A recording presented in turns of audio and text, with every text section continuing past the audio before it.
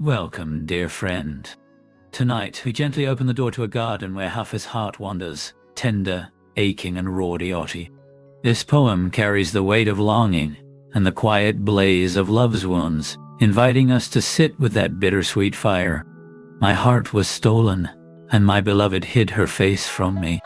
Imagine the hollow suddenness of that, the sharp absence when someone who held your very soul steps back, becoming a shadow you can no longer reach.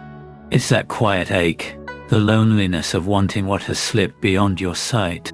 My God, who could play such a cruel game? There is a questioning here, a bitter wonder at the unfairness woven through love's tapestry. We find ourselves looking up, whispering to the sky, asking why fate chooses to torment hearts so deeply. The mix of frustration and helpless awe flickers like a restless flame inside us. The night of my loneliness aims straight at my soul. Feel how the darkness closes in, not as a mere absence of light, but something alive and relentless, stalking the very breath inside us. There is a sharpness in solitude here, a purposeful piercing that leaves us raw and trembling. Yet, even in this absence, her memory showered boundless kindness. Picture a gentle breeze carrying warmth and tender light into the shadowy corners of longing. Her thought becomes a balm, a soft hand on a weary heart, reminding us that love's tenderness can linger even when the beloved is gone. Why shouldn't I be like a blood-red tulip, heartbroken? Here, sorrow is worn openly and proudly, blazing like the crimson petals kissed by morning dew. It is a vulnerability fierce and unashamed, a vivid declaration that pain is part of our bloom. For with us, his Narcissus bowed his proud head. The beloved's gaze, once proud and bright, now softens before our silent suffering. There's humility here, a tender surrender of pride to the weight of shared emotion, a moment where strength and fragility meet.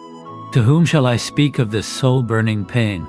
In this solitude, the longing for understanding deepens, a desperate search for a companion who can hear what words cannot fully hold. It is the quiet plea of a heart wanting to be known, truly and deeply. My healer aimed at the weak heart within. Sometimes, those who should heal us only deepen our wounds.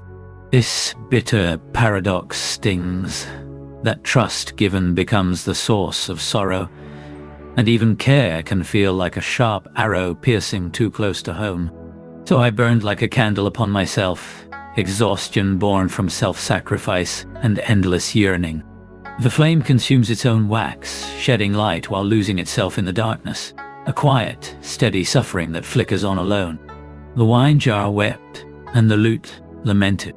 Hear how even the inanimate join the chorus of grief, the wine's silent tears mingling with the lute's mournful cry.